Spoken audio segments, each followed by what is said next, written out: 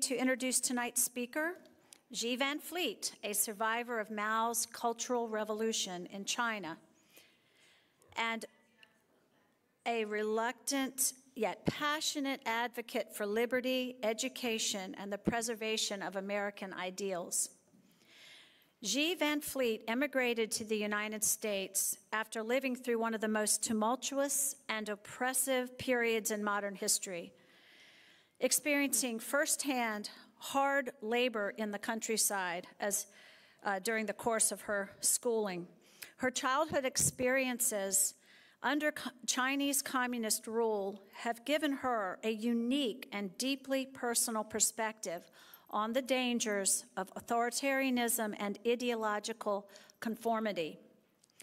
And she has a lot to say about what we're experiencing today in the United States. She first came to national attention in 2021 when she delivered a powerful speech before a Virginia school board warning against the rise of ideologies she believed echoed the tactics of the Chinese government.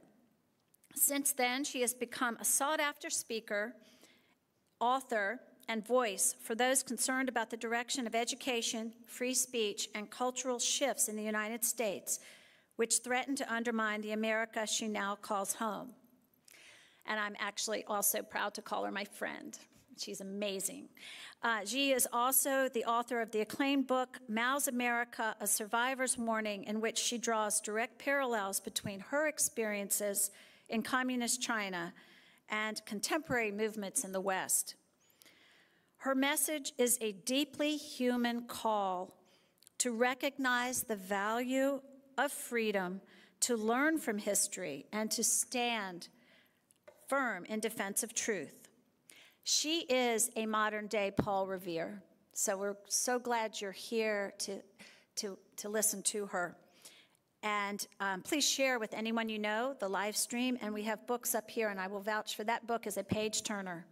I carried it around for 6 weeks and didn't open it, and I was kicking myself that I didn't start it sooner. Please join me in welcoming Xi Van Fleet this evening.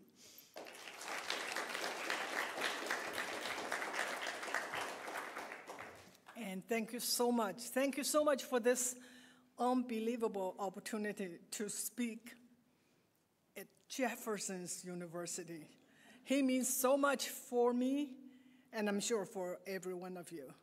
And I just want President Jefferson to know I'm here to defend the founding principles. I'm here to defend the West, because we have to defeat communism if we want to keep our republic. So I hope I can do the job tonight to let you know. As you said that Paul Revere, and my message is not the British are coming. My message is communists are here, everywhere in our great country. So, well, 2 years ago, there was a communist coming to UVA campus selling his book against capitalism. Do you remember it? Remember that? Senator Bernie Sanders. He sold tickets for his speech, $95 each. Tickets were sold out. So he's a good capitalist, even though he was attacking capitalism. And here today, it's free event. And someone come here to talk about what it is like to live under communism, and it's free. And we don't have as many people. That is a problem. That is the exact problem we're facing today. And the very fact that I have to come here, talk about communism, is a problem. So let's get started. So in 1986, I came to America. By then, I have spent 26 years of my life under communism. When I came here, I thought, finally, I escaped communism. I left it behind me. I come to the United States, a place where freedom is. And I have no idea that one day I will come and become like a speaker about communism. This is so sad. This is just unbelievably sad. Okay, so my journey started in America, and when I came here, just like many, many immigrants, I'm sure still many come here with the same idea. You know, this is a great place. They left what's behind, and then they just focus on achieving the American dream. That's exactly what I did. And I just focused on getting my degree, getting married, buying a house, building a family. I paid no attention to politics. And I always voted in the presidential election. I think it's important, but I never spent time studying the issues. I said, here is America. Okay, what's the difference? The two parties, they all want the best for our country. You know, they're just talking about differences in policies. And so I kind of like in autopilot, I just went and I vote without understanding issues. And but meantime, I did start to notice little things here and there that remind me of China. But I have to say that all those things I noticed bothered me, but I never lose sleep over them until 2020. I'm sure this probably applied to many of you. And in 2020, all of a sudden, communism is right here. We have this lockdown because of COVID, modeled after communist China. I thought in America, no one would comply. Oh yes, I was so wrong, so wrong. So many people complied. Not only complied, they reported on their coworkers, their neighbors, and their friends, just like the Cultural Revolution. I was like, this is not good. And then Floyd, and then BMM, then burning down of our country.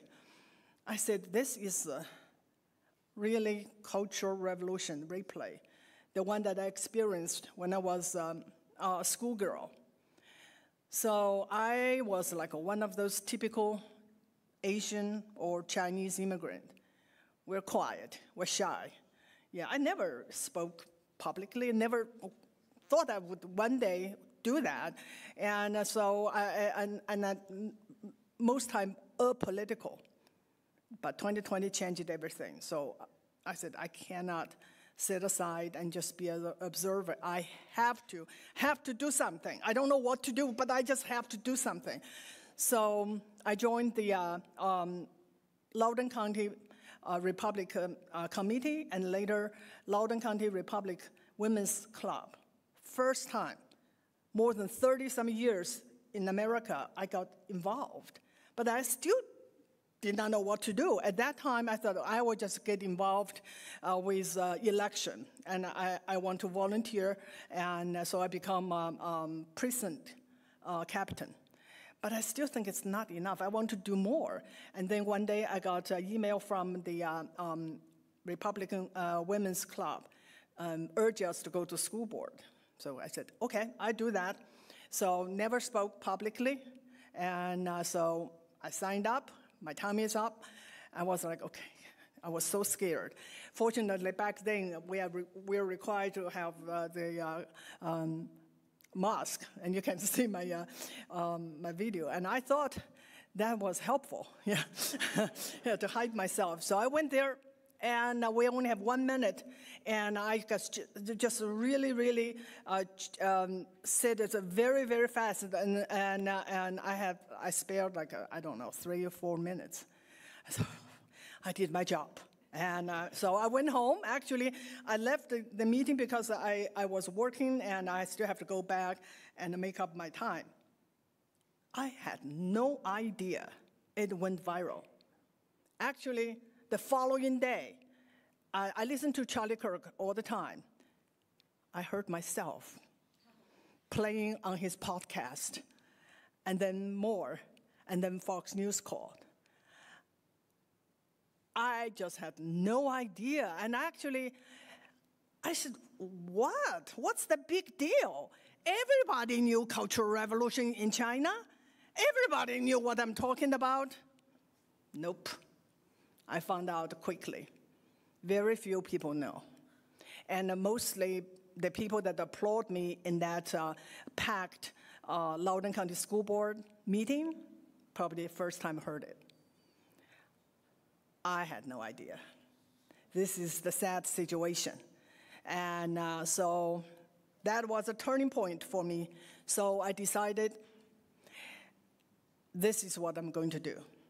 I'm going to devote the rest of my life educating Americans of communism, of Chinese communism, of Maoism, and of Mao's Cultural Revolution, because it's here.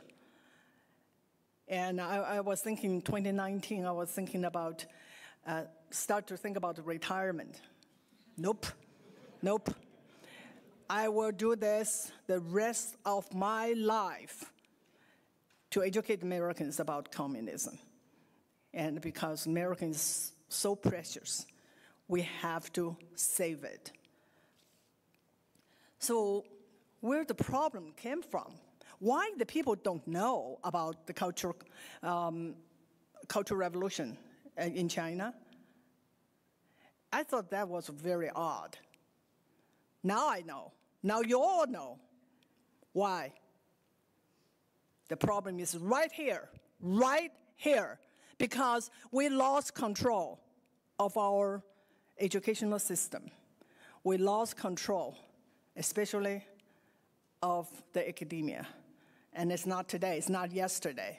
It's more than 100 years ago.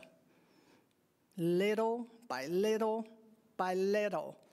By the time we kind of woke up, it's too late. They basically have control of all our institutions. You probably heard about that expression, long march through institutions. Have you? I think most of you, if you haven't, this is important to know. Long March was, it took place in China by the Chinese communists to escape the encirclement by the nationalist government. And then they were able to survive and then rebuild and eventually took over China. And the communists in the West love it. So there's someone in Germany and use that phrase, Long March, meaning it's not overnight. It's not like a violent takeover. It's little by little, long march, take over universities, and now taking over institutions. But the first thing they did is take over academia. So the problem started here.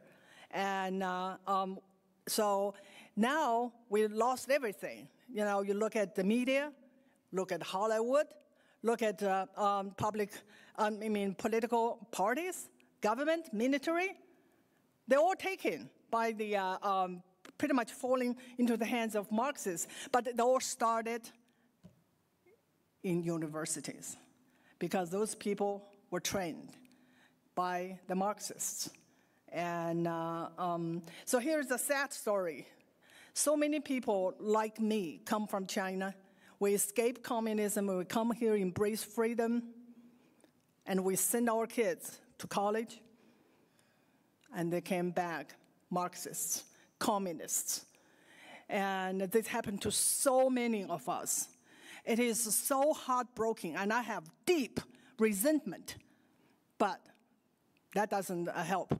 We just have to fight back. I have a story of a friend of mine, and he experienced the same thing as I did in China when the Cultural Revolution came here, loved this country, and has only one daughter, sent her to one of the elite university in Virginia.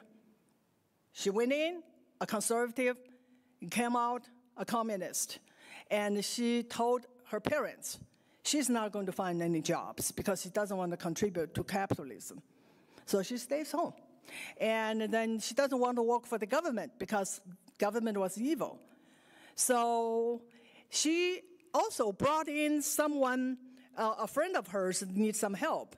and it's a Muslim girl, and she told her father, you can't speak to her unless you are spoken to, because she doesn't want to speak to strange male. Yes. And now finally, I know. And finally, she said, okay, after 2 years living at home, doing nothing, she decided she's going to get a certificate, go teach. Now we have another communist going to school and teach our kids. And that is the sad, sad reality. Yeah. So education is the key to any totalitarian regime. And so here I do want to say that it took me a while to figure out the difference between authoritarianism and totalitarianism. China is not an authoritarian regime. It's totalitarian regime. What's the difference? Authoritarian would just demand blind conformity. You just do whatever I say. Totalitarian, they do more than that. They want you to think certain way. And that is, of course, they control your speech. So China is a totalitarian country.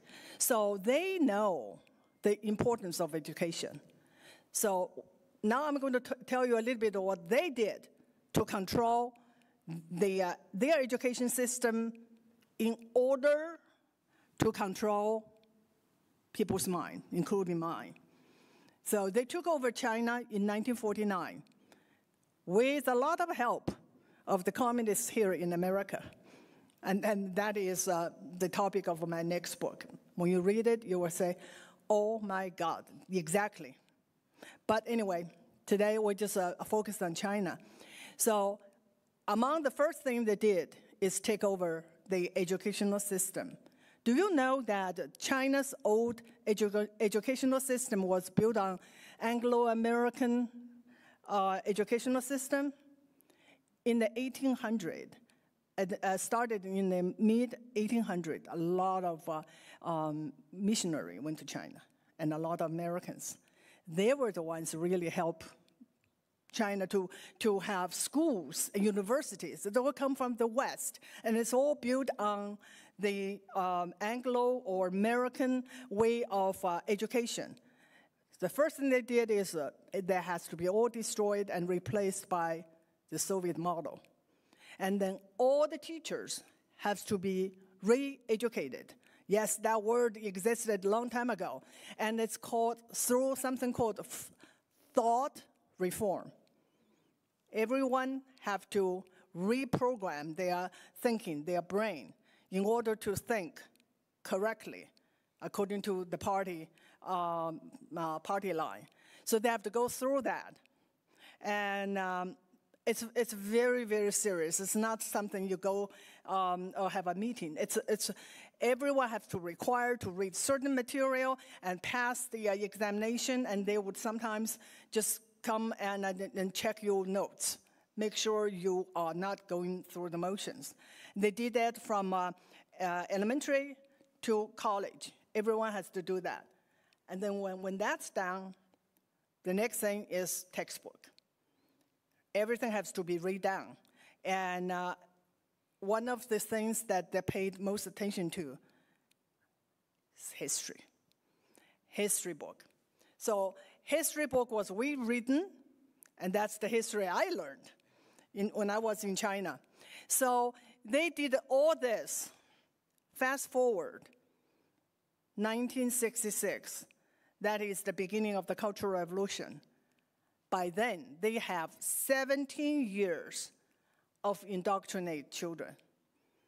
And now, by the time that Mao started his Cultural Revolution, all the Chinese young people, they knew nothing. Nothing about their heritage, nothing about the past, nothing that helped them to think critically. You are not supposed to think critically. You're not supposed to think. Yeah. So they become what? Zombies. Basically, that's what they are. They know one thing: follow the leader. And they're perfect for Mao's Cultural Revolution. And I hope by now you all know what they're called. Red Guards. They're called Red Guards. So they gave themselves this name, and then Mao met them in Tiananmen Square 8 times. You can see you can Google the photos that, and he declared that he was their Red Commander-in-Chief, and the kids were his Red Guards. So that is the beginning of the Chinese Cultural Revolution. What is the goal of the Cultural Revolution? And Mao made it very clear.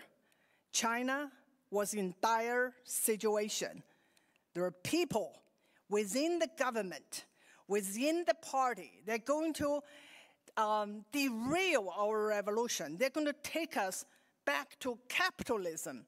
So those people were called capitalist rulers. So who are they? They are basically the people in position of powers, because Mao felt like his authority was threatened. He wanted to get rid of them. So he had an army to do that for him, those tens of millions of Red Guards. So in today's world, it's Antifa, okay? In today's America, the Red Guards were Antifa and the BLM and just social justice warriors. And so they were told to take down those people in authority and take down those who Mao did not like. And so when you think about authority as kids, who do they think first? Teachers, professors. So they went after teachers and professors. And I was only 7 when it started. And I witnessed elementary school kids going after teachers. And they were just too small to be lethal, but they beat up their teachers. And in high school, in university, that was lethal. Okay, so they were able to turn the kids into mobs, into killers. Why? You say, where are the police? Well, have you heard about defund police? In China, what they did is dismantle the entire law enforcement system. So they were told, if the Red Guards attack you, you're not supposed to hit back, and you are not supposed to go to campuses where the violence took place. And with the power, they absolutely just went out, just did anything. All you need is have a red army band and says Red Guard. You have power to destroy, you have power to kill. The Chinese Cultural Revolution started in a specific day, that is May 16, 1966, because Mao had an announcement published in the papers, in the party's papers, say that we start the Cultural Revolution today. Our goal is to get those people in power who want to take us back to capitalism. And then all this chaos took place. And one of the things Mao urged them to do is to destroy 4 oaths. I think by now you have heard about it. Have you? 4 oaths. Old ideas, old tradition, old custom, and old habits. Anything that's old, anything that's traditional, anything that reminds people of the past, their heritage, has to be destroyed, because that is something that we have to want to remove in order to put Maoism as the only religion in China. So what's old? Statues. Yeah. Now you remember what happened in Charlottesville. When I heard that, I said, that's Cultural Revolution. They tore down all the statues. They changed the street names. Is that happening here? Yeah. And the kids went as far as change their own names to be politically correct. And they burned books.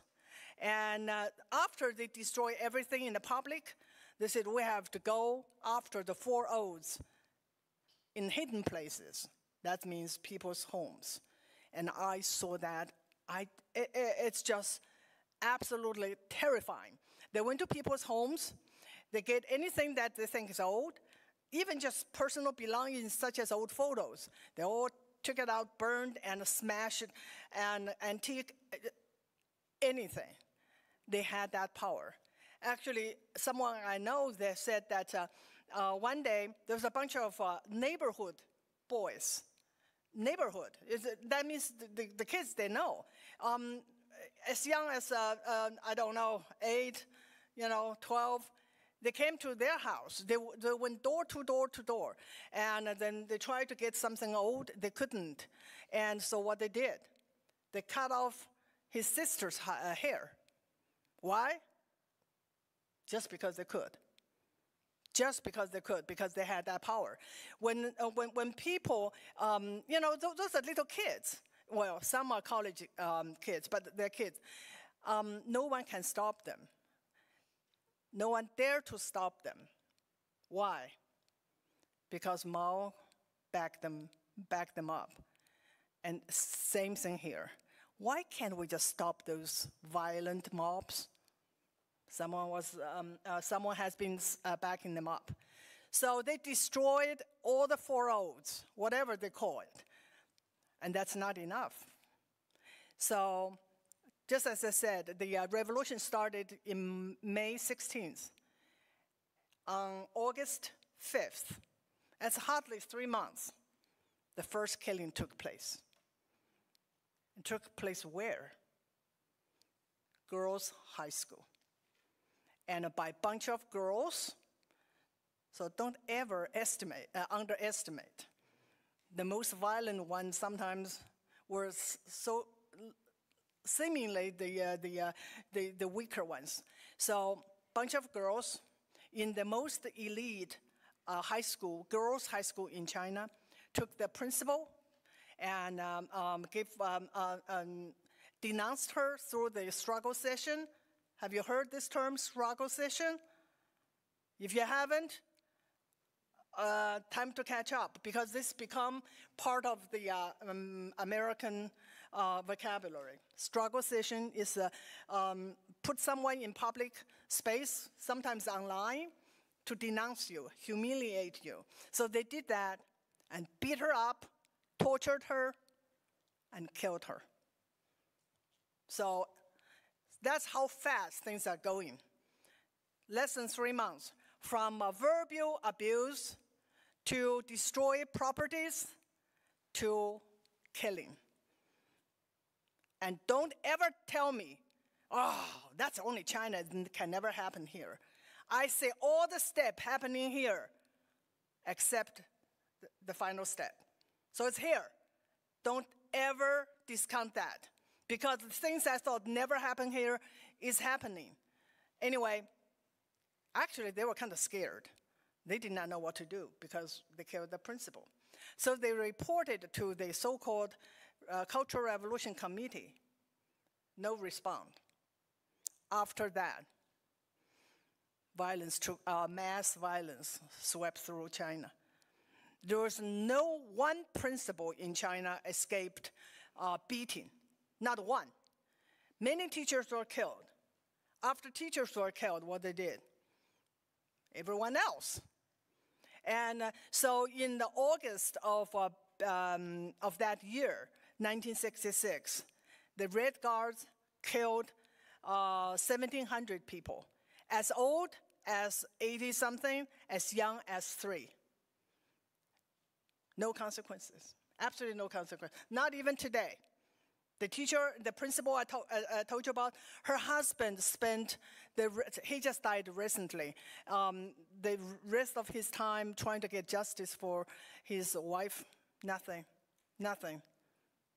All those people died, died in vain.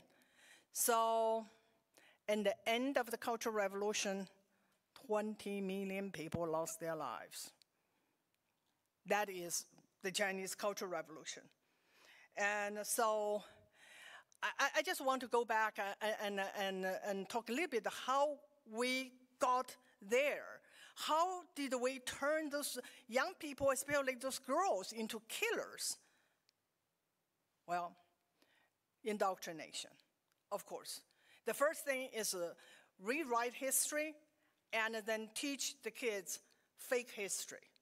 So I remember when I was there and taking my indoctrination, the whole history of China, 3,000 some years, were just described as a whole thing is a class struggle.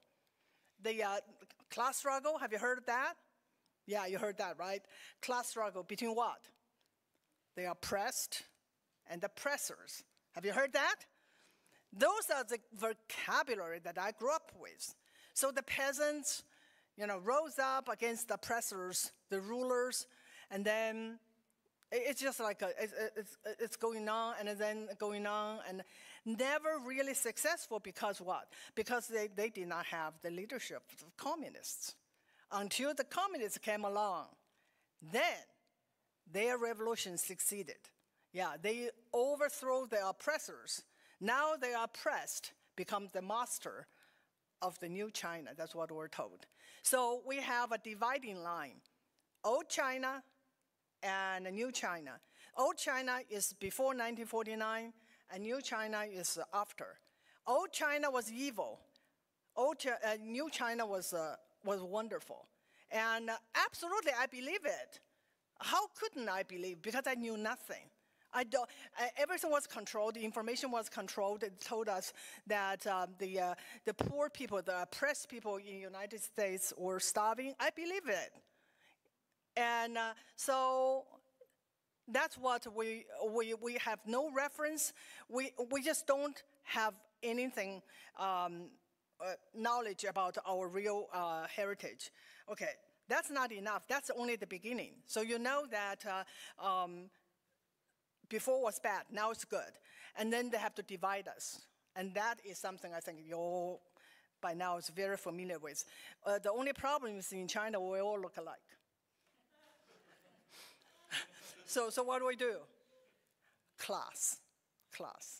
So they divided by class. So if your family have property and you or land or whatever, it's black class. If you don't have much or have nothing, you're the red class. So it's two classes, black versus red. But after a while, there's only so many people who had property, only so many people had land. But they have to keep grow the black class because we need more enemies. So what they do is that if you think like a bourgeois, if you think as an oppressor, black class. So they keep doing that so that everyone have to watch what you say and what you associate with. And so they divided us, and then they teach hatred, absolutely hatred. So I remember growing up, we were taught we have to understand the distinction between love and hate. Love is for the party, because party created this new China for us. So we should be grateful.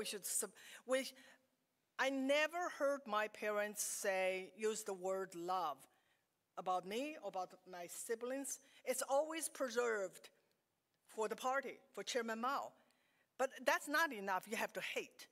You have to hate your enemy. I don't know who is the enemy. Whatever party said is the enemy, we hate them. We hate them so much, we want to kill them. That's how absolutely the Red Guards acted upon it. It's just as simple as name someone enemy, and then the Red Guard will do the rest. And in Chinese language, we have the word people. And so people, of course, human, right? Just and then they have the word enemy. So as soon as you become labeled enemy, you are not people anymore. That is their way to dehumanize. That is their way to make it so easy to kill. Those kids, those young girls, I mean, the day before, the principal was there, taking care of them. And then the following day, she somehow was labeled part of this capitalist roaders. And it's always group. And by now, you should really understand what's going on here in America. It's never individual. It's not that principal did something bad. That principal said something bad. No, it's because she belonged to the group. The group, Mao called it reactionary intellectual authority. So those in power. So it's just because she belonged to that category, she has to go. Never individual. That is about communism. And here is exactly what's going on in America. Group people. Yeah, you can't escape it. You can't say, but I am not like them. No, it doesn't matter. You qualify this characteristic, you're part of them.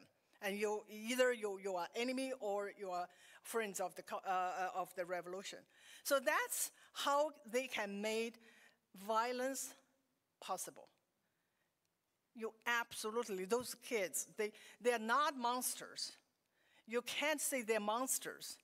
And some of them, many of them, now they think back, they said, I had no idea I was capable of doing that kind of thing, but they did. It's the hate. The hate is like, it's almost like abstract, but because they can dehumanize your enemy or whoever the person, then it makes the violence very, very easy. And it's here. I'm sorry, it's absolutely here. And so what happened to Charlie Kirk is just an example. He's no longer an individual, a person, a man, a husband, a father. He was an idea. The idea was that he's a hater, whatever. And then killing him is just getting easier. And here I have to say something else too. When the communists were out of power, especially the Chinese communists, they assassinated because they had no power. When they had power, not necessary. They can just drag you out and parade you to the crowds and openly execute you. So that's the next step. So you think assassination is bad until you see what happened to communists when they have power. That's total violence. So you say, okay, what happened to those Red Guards? Yeah, they absolutely destroy, they kill so many people. They destroy China, they destroy our civilization. If you go to China today, you may be showing some of the places, historical places that are all rebuilt, fake. It's destroyed. And more than that, it's destroyed here. Absolutely, it's just tragedy. So what happened to those Red Guards? They did a great job for Mao. They took down those people that Mao considered enemy. And you want to know what was the number one enemy? That was the number 2 person of the CCP, President of China. He was considered by Mao his arch enemy. They did the job for him. He was struggled against and then eventually imprisoned and died because they denied him any treatment. President of China, when he died, on his death certificate said, use a fake name and occupation, unemployed. That's something else you need to know. Who killed most communists? Communists kill more communists. Okay, now back to Red Guards. What happened to them? They thought they're going to be rewarded. I'm sure, we're going to get a seat at the table. So after they did the job for Mao, they start to fight each other, fighting for power. And that was the time when it gets really, really violent. And before, I could go and watch all sorts of raiding people's homes and whatever, smash statues, but by then it was real violence. They raided some of the military facilities, and they got guns, real guns, tanks, started killing each other. I don't know how many died, but it's so many died that eventually Mao got tired of them. So Mao used the military and suppressed the most violent faction of the Red Guards and sent the rest to pretty much labor camp. They send them to the countryside to do hard labor so that they can get re-educated, become better communists. That's what happened to them, and eventually that's what happened to me. Because by the time I graduated from high school, there's no jobs. The whole country was in ruins, and they did not know what to do with those kids. So I, among many other urban youths, was sent to the countryside. I worked there 3 years. And sometimes, sometimes when I talk to people and they're talking about their sufferings of their ancestors, and so I said, just shut up. You live in the best country in the world, and you talk about your suffering of, I suffered 3 years under communism. And so you should listen to me. Yeah. So that's what happened to the Red Guards. And they were there for 10 years, because by the time Mao died, the Cultural Revolution was over. It's about 10 years. So they were called the lost generation of China. And today, in some of the major hospitals, you can find special psychiatric wards for the former Red Guards. They're broken physically and mentally, now end up in institutions. That's what happened to the useful idiots. And of course, I hope anyone here is a liberal. Pay attention. Pay attention to history. Pay attention to what happened before, because the same, I'm afraid, will happen to you. So I guess, okay, so the other thing I do want to say is that I want to use this opportunity to honor Charlie Kirk and in his memory, because he interviewed me 3 times, and I did a lot of work with Turning Point USA, and at the last time, he invited me to be a speaker for Trump's rally in Atlanta. And I know there are people, and I said one day I would really, really like to go to one of those campus tours and just tag along, because this absolutely. And of course, that's not going to happen. But I'm just want to say this. I think we as conservatives are also to blame of his death. Why? We are too quiet. That's our problem. We have liberals who are very, very loud and noisy. And we have conservatives. It's just most of us just too quiet. Why? We're afraid. We are afraid. And if we want our freedom, you have to make a choice. You keep quiet, or you fight back. So I say, fight back. I'm not going to I just refuse to spend the rest of my life living under communism. And you don't either. I guarantee you don't. So we have to fight back by raise our voice. America is worth saving. UVA is worth saving. We have to raise. One more thing I have to say. I work with Leadership Institute, and someone did a survey. and about faculties in different universities. And so he just pretend, he actually pretend to do a survey, and he went to different faculty and just say, do you vote Republican? This is just, bipartisan survey.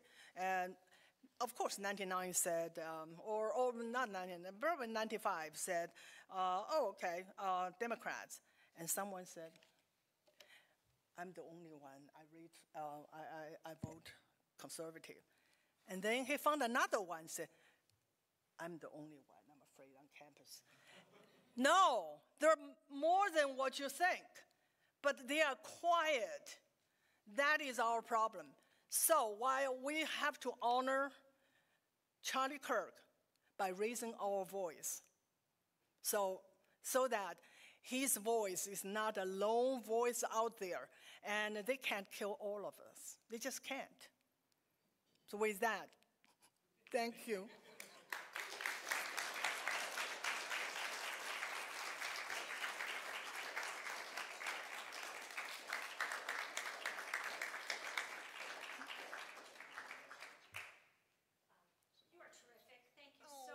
Your voice is such a needed one, and we want to thank you all. We're going to take some questions. If you have a question for Xi, okay, there's a microphone right there, and here you go. Yes, first, thank you for your talk.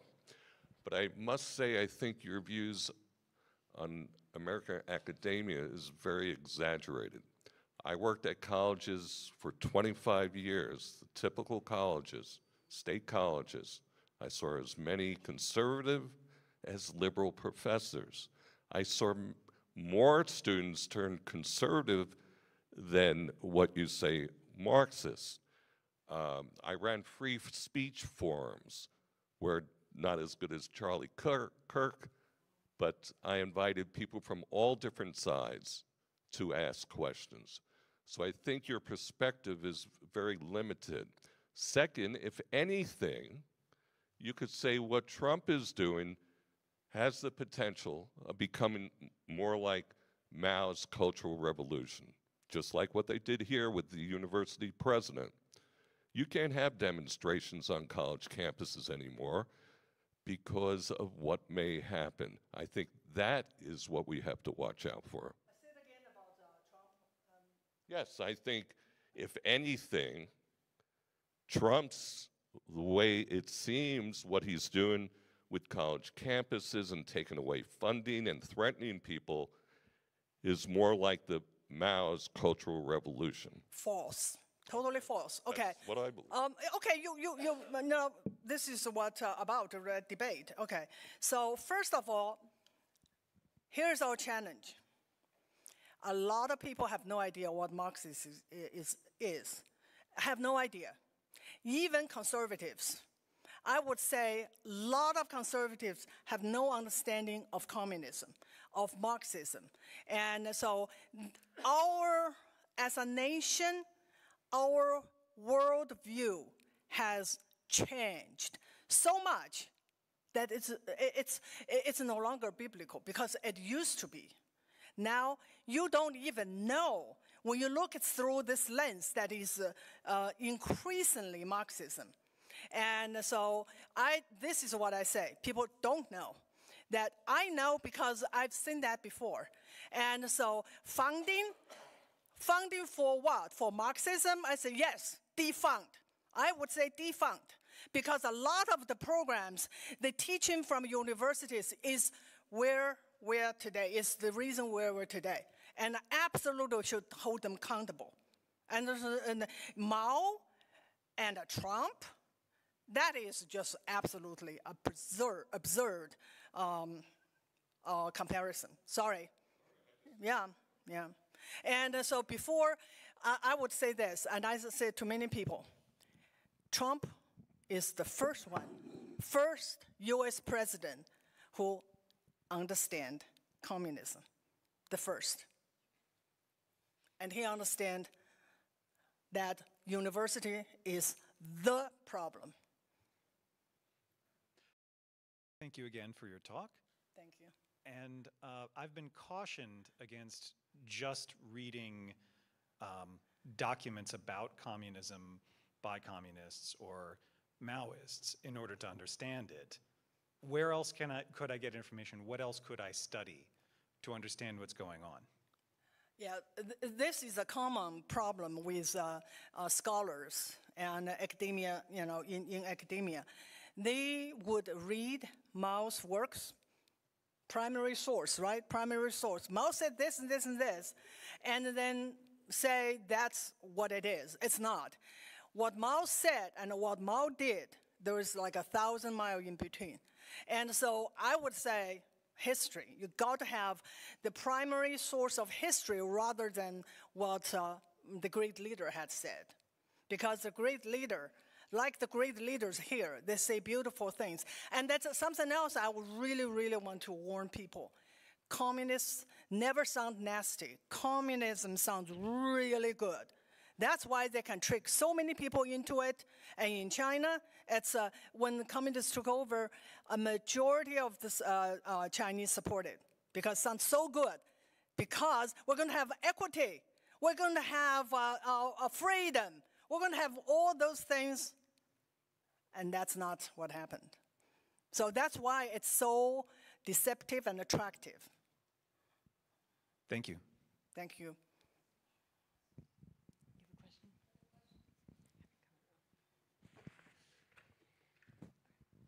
Hello, thank you for your speech. My name is Victor, and I'm an international student from Bucharest, Romania. I just first off want to say that everything you've said about communism, the whole process, the whole timeline, the same exact thing happened in Romania, almost to a T. So Absolutely. that I think that is definite proof that this is not an isolated, phenomenon geographically or ethnically. But it is an issue fundamentally with the idea of communism as an ideology. But I just wanted to ask, to us in Eastern Europe, communism is no different than fascism and Nazism. It is equally stigmatized. So when I have come here to the United States and to Western countries in general, I see it on campuses. I walk around at the activities fair, and Marxist students, Marxist groups try to recruit me, and I've had family that have died in the cultural revolution of Romania, that have been killed, and I know that millions of people have been killed in the name of the hammer and sickle, and there are no Nazi groups or fascist groups, and rightfully so, but I see these groups walking around and wearing symbols and displaying symbols that represent to most of us around the world the death of hundreds of millions. So my question is, do you think that these symbols should be more stigmatized in American society? And if so, how should this be achieved? This is what I do. Absolutely perfect, really good question. So here's what happened. The West, really a lot of, including the United States, never really understand communism. But World War II was really, really one of the major reasons that this is make this even worse. Why? Because our great leader decided that we should ally with a communist totalitarian regime against another totalitarian regime. Both of them are the same. Nazi, fascism, communism are the same. Okay, and then make people really confused. Not too long ago, someone called me and said, how do we understand that we allied with Soviet Union? I said, that is one of the major problems that we're experiencing today. And after the World War II, it is the communists put Nazi on trial. And after that, the left managed to make Nazi and fascism a right-wing phenomenon. And then communism become what? Become glorified. That is why today, I'm saying this over and over again, people don't understand communism. That is why today, they think the sickle and hammer is to liberate the oppressed. This is our problem, this is our challenge, and this is why I'm so passionate about this. And I tell American people, All the three on the left, they are cousins. Do you have a question? Yeah, okay. Thank you, Ms. Van Fleet. I was going to ask, what is the end goal of the commies here for our country? Because we got to see what the end goal is for China. The end goal, that is this is the most important question. And to understand that is really, I think, is the key. You know, I lived through the Cultural Revolution. I was 7. When it's over, I was 17. All this chaos, all this, I just never really understood why. It was just awful. Why would he do that? And of course, later I understand why. One word, power. Actually, he said that. I just did not process it. He told the students, he told the Red Guards, the goal of the Cultural Revolution is to seize power. Well, in Cultural Revolution, that power is from Mao's political opponents. Power. How about now, today? Why are they doing here? Why are they doing the Cultural Revolution here? Power. But this time, it's different. It's not like people say, this can't be a Cultural Revolution, there's no Mao. Yeah, there's a group of Maos. It's only that most of them we don't know who they are, because those are the globalists. What they want power. The best thing to understand communism is control. They want to control everything. They want to control your mouth, your brain, your uterus, everything. It's not funny. I know, I'm telling you. The CCP had 336 million babies forcefully aborted. Yeah, they control your uterus. It's about control. And the globalists want control. This is just too much to handle a bunch of freedom lover Americans. No, it's too much trouble. We have to control them. And that is the end game. Control, power. If you remember these two things, everything else makes sense. To me, at least. Yes. I'm glad you talk about power, because that's what I want to talk about. Okay? And I think it gets to what just transpired between you and this gentleman right here. The difference that I see between America and China is that during the Cultural Revolution, at one-party control. China Communist Party was in control, and they could control everything. Here we still have a separation of powers, both vertically and horizontally.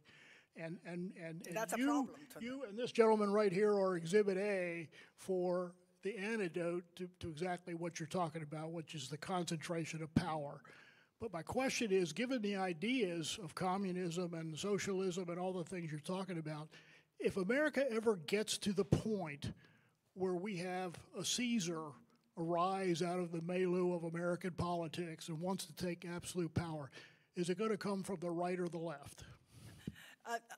I think history never repeats. It always rhymes, as Mark Twain said. And it will not, I think, I don't know, nobody really knows the end result. Everything will be there. The Supreme Court will be there, the Congress, and the presidency. And it look like it's just like a normal, look like we have a separation of power. But behind it, there's total control. I believe it's not like China. It's not like there is one Hitler, Mao rose up and become the symbol of power. I think I think it will be different, and it will be on the left. Left. What is left really? They are the ones that and they want to change. We talk about this. Change. Whose campaign slogan is change? Change. Why they want to change? They don't like it. They don't like we have this separation of power. We hold leaders accountable. They want to break it. And it's always those with revolutionary zeal. And that's in the DNA of the left. Absolutely.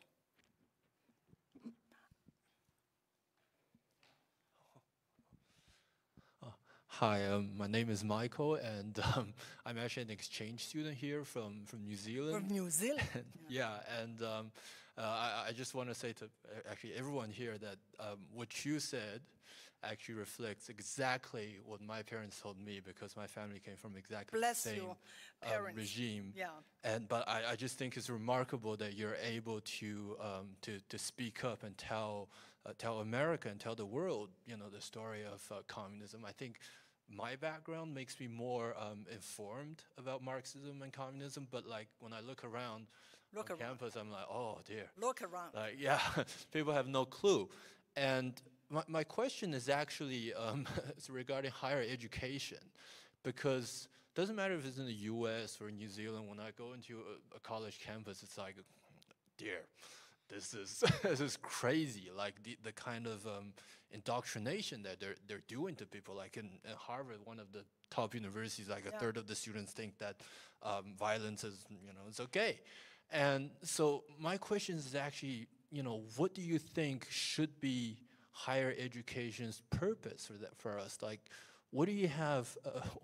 What's your advice to young people who are 18, like they're going to college? Like, what should people do? Like, what is our purpose? Because I see lots of Americans, like they take out like $200,000 of debt to study gender studies. I know. Or women's study and African study. Pretty much everything that ends in studies,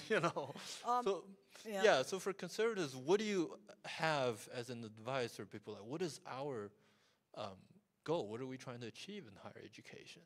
Well, I think Charlie Kirk probably gave the best answer. But also, I think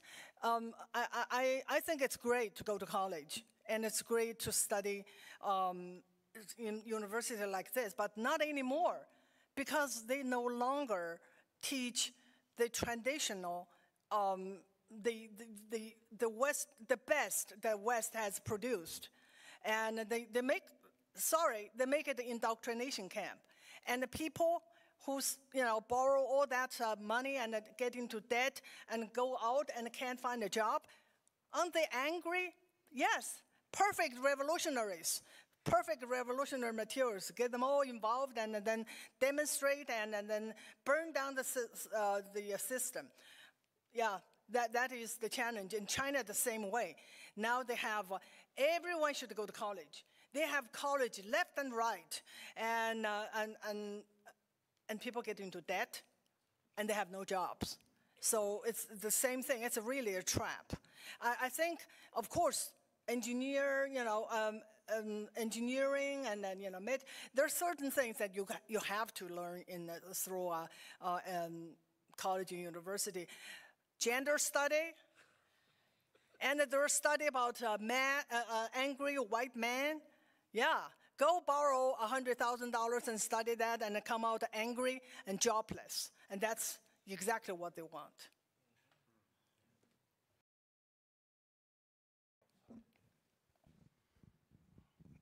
Thank you for your excellent and very needed talk, and I also like to thank the Jefferson Council and Center for Politics for inviting you here. 2 questions. TikTok has been in the news. What are your views on TikTok and social media, which is a new venue since Mao's time, and how it may affect our society? Secondly, Tiananmen Square was a period of hope. What went wrong, or what happened that if you could remind us or what could have been done differently when it came to Tiananmen Square? Okay, the first question, it's a complicated topic. I would say just ban it. To me, it's very easy. And you don't have to ban it. You said, okay, I don't ban it, but you have to open China market up for X, for Facebook, but we don't do that. I don't get it. So now they have this buying it, but they still own 10%. And yeah, I don't like it. I don't like it. I think the easiest way to deal with communists is just do what they do. Okay, you ban us? Fine, we'll ban you. Period. But we don't do it because it's a free society.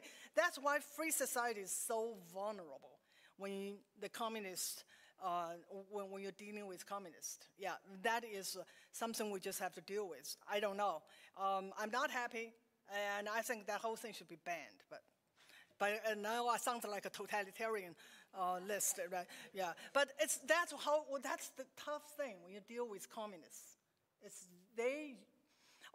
They use free speech to shut down speech.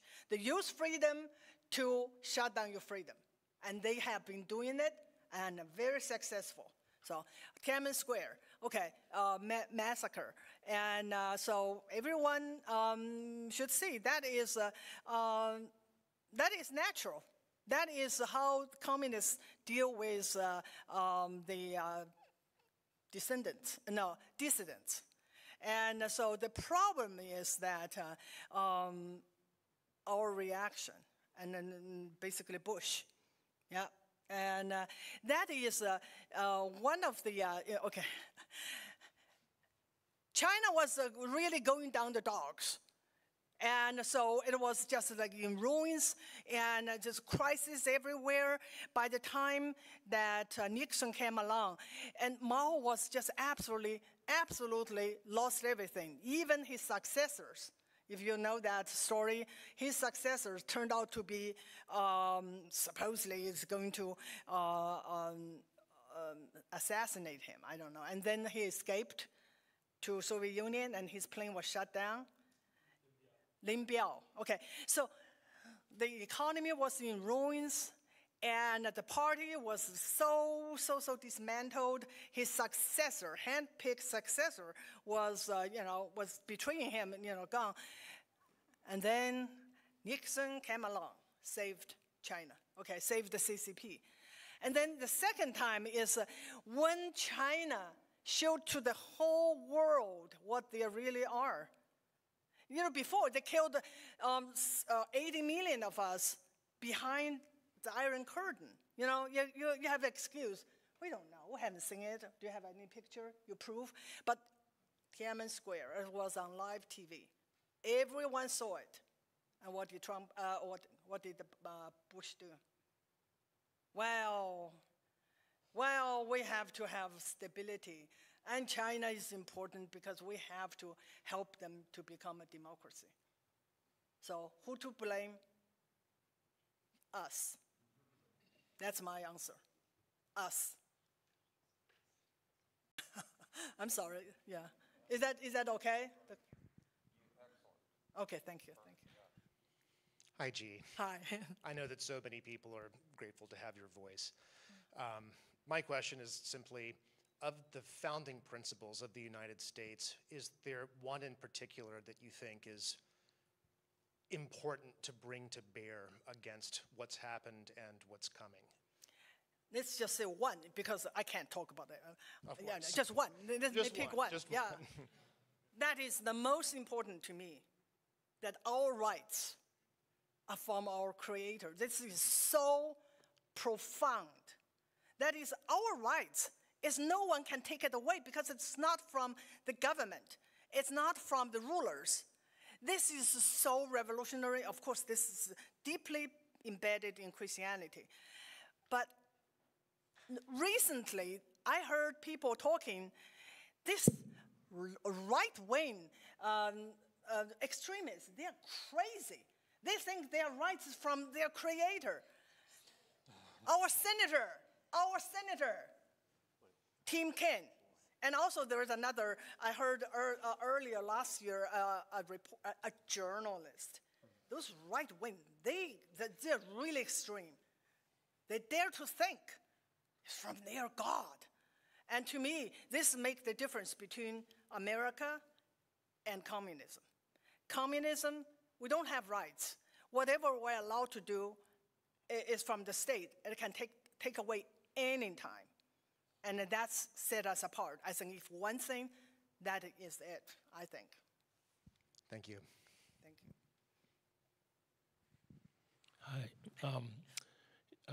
Thank you. Wonderful, wonderful talk. Thank you. A breath of fresh air. I'd like to briefly comment on two things. I'm going to finish up answering your question about TikTok. So I'm retired, but I spent many decades studying the People's Republic of China for the United States government. It's important to understand the way the top leadership thinks. And they've kind of always thought this way. At the grand strategy level, they are Marxist, Hegelian Maoists, right? It's a blend of those three flavors of philosophy for the grand strategy. At the strategic level, they're Chinese. They think in terms of the classic Chinese strategies, the 36 strategies. They look back into Chinese history, to the Chengyu and the various ways, the strategic patterns of operation design. And they use classical Chinese strategies. Sneaky is the word. Well, and this is important because China has always had a problem with gathering enough information. You never have complete information, so you have to make a decision on the way you're going to go ahead based on incomplete information. And so you try to match as much information as you have to the strategy that best fits that pattern of information, and then go ahead with that strategy. At the operational level, at the level of what's called operational art, which is within the communist system, the people running China right now are not the Red Guards. You're spot on. The Red Guards have been pushed aside. They have not been trusted with the levers of power because everyone knows they blew it, right? But the people running China right now are almost all engineers. Xi Jinping is a chemical engineer, okay? At the operational art level, they think like engineers. I honestly believe somewhere in China is a vast computer with this giant Gantt chart on how they're going to take over the world, right? Because they seem to be working their way down the chart, right? But what most Americans truly don't understand is that at the tactical level, they are Leninists. And Lenin came up with the United Front Work Department. And this total mobilization of access into all of society through all the various ways that they can reach into the minds of people, which is controlled by the United Front Work Department, right, which is a Communist Party element. That's how they're reaching out to the world. And when you read in the New York Times that they just busted a guy who had set up a Chinese police station in New York City, right? That's the United Front Work Department in action, okay? They penetrate the society at every level, and that's a basic Leninist tactic. Lenin created that concept, and the Maoist Communist Chinese took it over completely. So along that line, a few years back, the Chinese passed a law, because they have to have laws, that said every corporation, every company in China has to cooperate with the intelligence services. You have to. You don't have a choice in the matter. It's not, would you please? It's, here's what you're going to do for us. The thing about TikTok is the program, the underlying software, gathers vast amounts of information about you from your phone. And when that whole thing of fine print that you never read because you always just have to click through it to get to the program, it's in there, it says they get to do it, right? They have lawyers too. And so TikTok phones home and passes all that information back. And then ByteDance, the company that owns TikTok, owns the algorithms, is legally required to pass that information over to the Communist Party of China via their intelligence organizations. Why do you think people are stealing your private data, right? This is a long-term strategy to build vast digital databases And I have long said, we will know we are at the war with China when all of our credit cards are maxed out instantaneously. Right? And the entire society shuts down because no one has any money. At any rate, that's why TikTok is dangerous, because it is a Chinese corporation at the present time, and they have to cooperate with the intelligence services. That's under Chinese law. Thank you, yeah. I do want to say something else to, I guess, to wrap it up. And what is communism? I said it's about power, it's about control. Yes, so is there real communism? Nope. So that you have to understand, it's all a tactic. It's all a deceptive tactic. So especially today in the West. So when I say communism is here, and a lot of people still have a hard time process it. So I would say that the kind of communism I live under has nothing to do with what you read from the primary source. That should be this has nothing to do with it. Yeah. So, and today, I say this, our problem is globalism. It's globalists who want to take control of us. And they use Marxist, communist tactics. Why? It's very useful. It's very effective. It's proven to be absolutely effective. So I would say it's globalists with Marxist characteristics. I think that's probably better, because they're not pushing. You think the DEI people really, really want to have equity? No, they don't give. Okay, I try to be. No, it's a tactic. It's a tactic. Okay, so when you understand that, it's much easier. So when you say communism, it seems kind of like a, kind of abstract. No, it's just something sounds good, just to use so that the goal is to control all of us. Thank you. So I grew up in the New York area, and I grew up in New Jersey specifically, lived in Morris County, worked in Bergen County for a while. So I used to drive through Paterson, New Jersey. I watched them erect 3 huge mosques in Paterson. And I've watched a correlation, just wondering how you feel, especially now, because it looks like New York City could end up electing a Muslim socialist. If you see a correlation between, and I'm not downing anybody who's a Muslim who's here, but do you see a correlation between, Islamic idealism and communism and how it kind of works together? Actually, it's a great question. I have to say, I haven't spent that much time. I'm actually looking for a partner, because I understand communism, and there's a lot of people who understand Islamism. But there's not anything in between, that both.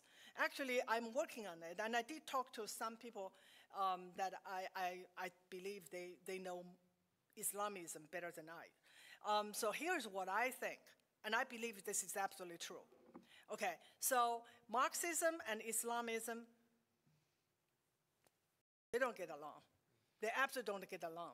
Okay, and Christianity and Islamism has, centuries of conflict. They don't get along because the basic value system don't align with each other. So what the problem we're facing today is what? Is cultural Marxism made it possible for the Islamism come to America and actually make headways. Okay, so the question is, why these two, the communism and Islamism, why they have this unholy alliances? Because they have one common enemy. That is the United States. When they take down United States, they have to fight each other. And I talked to my Muslim friends. I said, who or when? They said, Islam. I said communism. I think communism is even more ruthless than Islam. So that's what. One more question. My question is, when you send your kids off to university, what should be like a red flag to them? This is a Marxist ideology, because a lot of it is not coming right out saying, hey, this is a Marxist ideology. You kind of morph into it, and you feel good about something, and you're almost enlightened about it.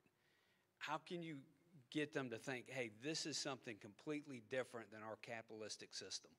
This is what I'm trying to do. This is exactly the challenge. The challenge. They think when they go to university, they all brainwashed. They think they are fighting. This is a typical classic. They are fighting for the oppressed, and they are fighting for the marginalized. But they never ask, who are those marginalized? Who are those oppressed? And so we can say in America, they absolutely create the oppressed. They create the marginalized. And they import proletarians. Not enough here, because somehow capitalism created wealth and built a great middle class. So the classic Marxism did not work here. But now it's different. Now Mondani and Bernie Sanders, now again, they're talking about the oligarchy. They're talking about class struggle. But mostly, that did not really work well. So they have to use cultural Marxism. They have to create this oppressed. So who are oppressed? Women. Oh, poor us. We are oppressed. We just suffer from the evil man. And then race, right? So black, well, historically, yes. But so we're all lumped in, like Chinese, we're oppressed. And not anymore. Do you know why? The Chinese are now called white adjacent. The Indians are called white adjacent. Their skin is darker than some of the African Americans because they're too damn successful.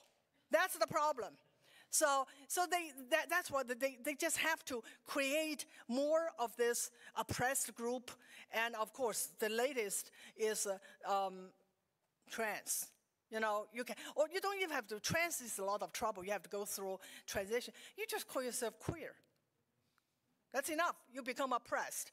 And then why you want to be oppressed? Then you have privilege. But for those people that brainwashed here, they want to protect those poor people. And that feels good. That feels really good. That's really a problem. That is God complex. You feel like you become the savior of those people.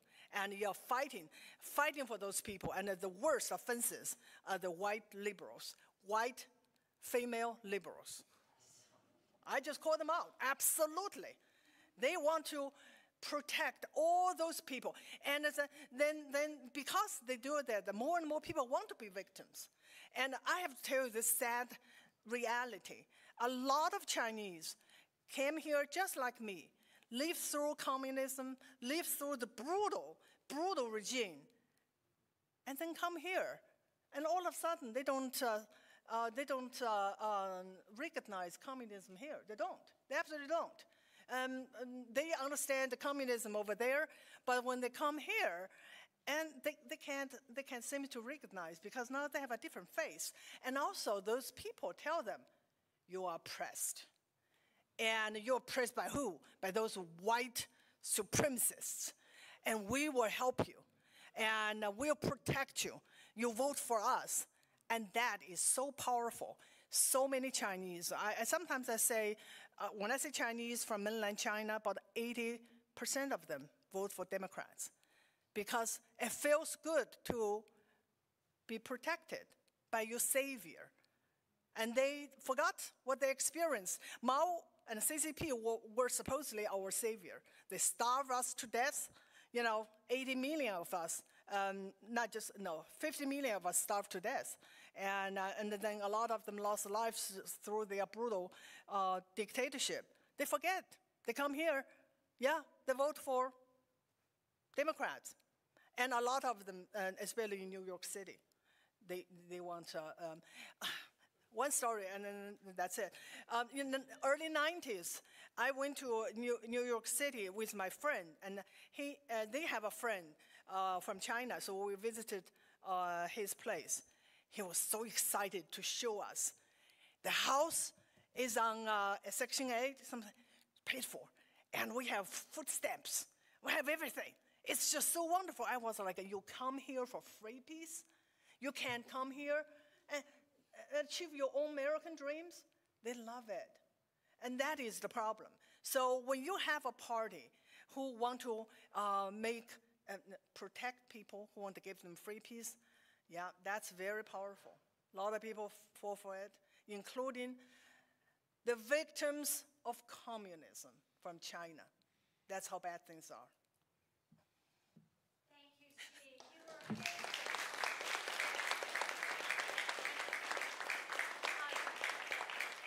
Thank you all so much. You really, really.